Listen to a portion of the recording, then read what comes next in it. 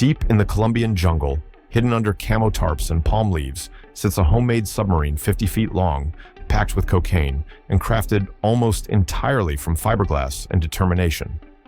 It wasn't built by a government. It wasn't sanctioned by any navy. It was built by drug traffickers, and it's probably already halfway to Miami. These are Narco submarines, the ultimate low-tech, high-risk solution to a billion-dollar smuggling problem. They're stealthy, cheap, and criminally effective, literally. And despite costing a cartel over $1 million to build, many of them are designed for a single trip. It's one and done. Then they're sunk, abandoned, or scuttled to the bottom of the ocean. How Narco subs came to be. In the eternal chess game between cartels and authorities, innovation is the name of the game. For decades, traffickers relied on speedboats, fishing trawlers, even small aircraft to smuggle drugs northward. But as border security tightened and maritime patrols got smarter, the cartels had to go deeper, literally. The early narco subs were barely more than floating coffins. They were loud, leaky, and slapped together with spare boat parts and buckets of fiberglass resin. They couldn't dive, they barely floated, and you'd be lucky to survive the trip. But they worked. Why? These low-profile vessels were hard to spot, cruising just above the waterline, hugging the surface like a crocodile waiting to strike.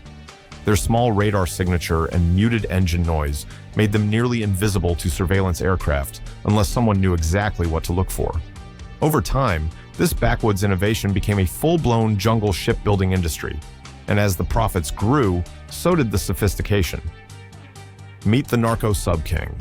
Oscar Moreno Ricardo didn't just build narco subs, he built a business empire out of them. Known as the king of semi-submersibles, Ricardo ran one of the most elusive and prolific narco sub operations in the Western Hemisphere.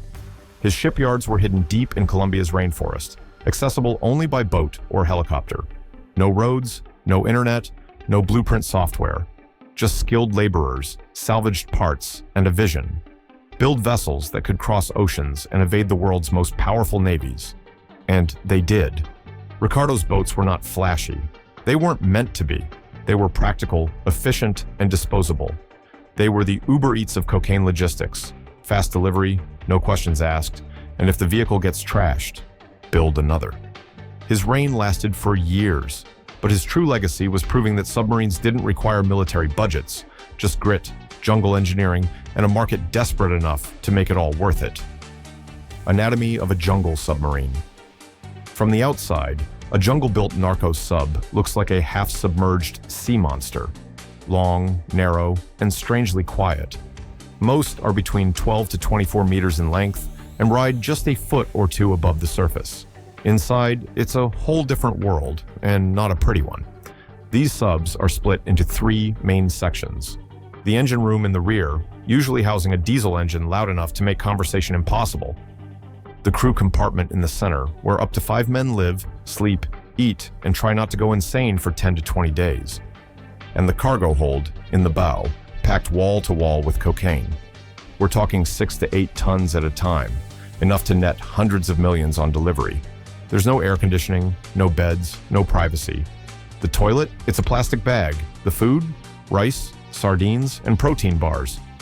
Fresh air, if you're lucky, through a PVC pipe acting as a makeshift snorkel. If the Coast Guard shows up, the crew has one job: open the scuttle valve, flood the boat, and take the product and the evidence to the bottom of the ocean. The transatlantic sub. In 2019, authorities uncovered one of the most ambitious narco sub missions ever attempted. A 20-meter vessel known only as CH. Launched from a river near Manaus, Brazil, its destination wasn't the Caribbean or Central America, it was Spain. A journey of over 6,000 kilometers, or about 4,000 miles across open ocean, with 3 men on board and nothing but a compass to guide them. Their diet was canned food, their sleep schedule non-existent, their mission: deliver 3 tons of cocaine undetected. They endured 3 oceanic storms, nearly collided with a commercial ship, and ran out of fuel after 27 days at sea. That's nearly twice the planned duration. In desperation, the captain, a former boxer, phoned an old friend in Galicia to help offload the cargo. That plan failed, and then the backup plan failed. so they scuttled the boat near the coast and tried to flee. But Spanish police, tipped off by maritime surveillance, were already waiting. They arrested the crew and raised the sub, uncovering a $100 million payload. The Snorkel Sub. Nicknamed the Snorkel Sub, this vessel is nearly fully submersible, except for a small breathing pipe protruding from the top, drawing in fresh air for the crew and cooling air for the engine. Unlike the earlier low-profile models, this one can dive below the waterline, hiding everything but its thin, nearly invisible snorkel tube. It also has mounted cameras, so the crew can see what's around them without surfacing. The entire structure is made from fiberglass, not steel, keeping it light, quiet, and radar-resistant.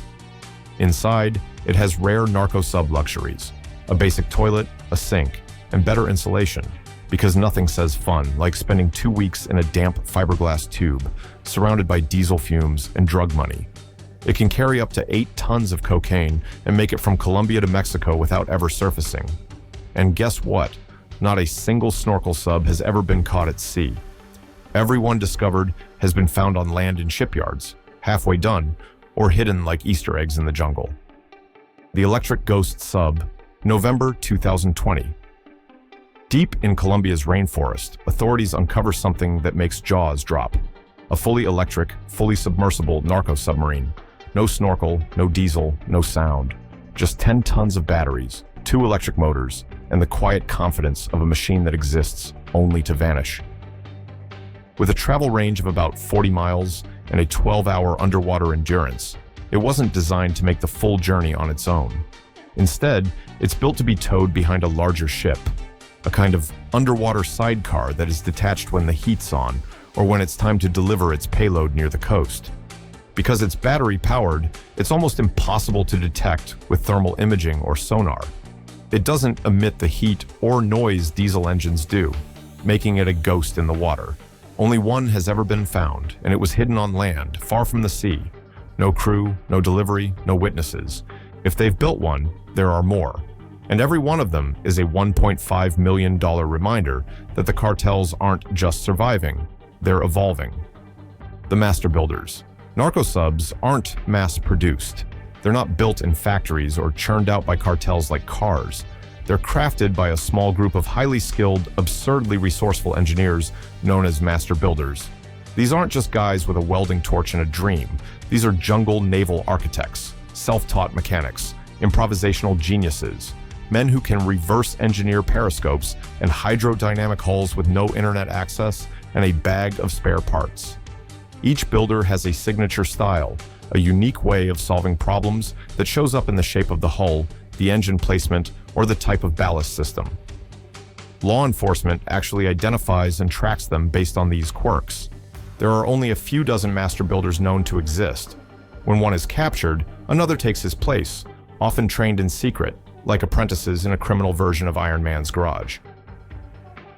In 2022, the legendary Oscar Moreno Ricardo, the king of narco subs, was finally caught. But let's be honest, someone else had already taken his place. A new builder, a new blueprint, and a new vessel, sliding quietly downriver carrying another $100 million across the sea. Because the game never ends. The subs get smarter, the Coast Guard gets faster, but in the end, the jungle always builds another boat. This is the story of how jungle-built submarines outsmarted the world's most powerful navies. And they're still out there.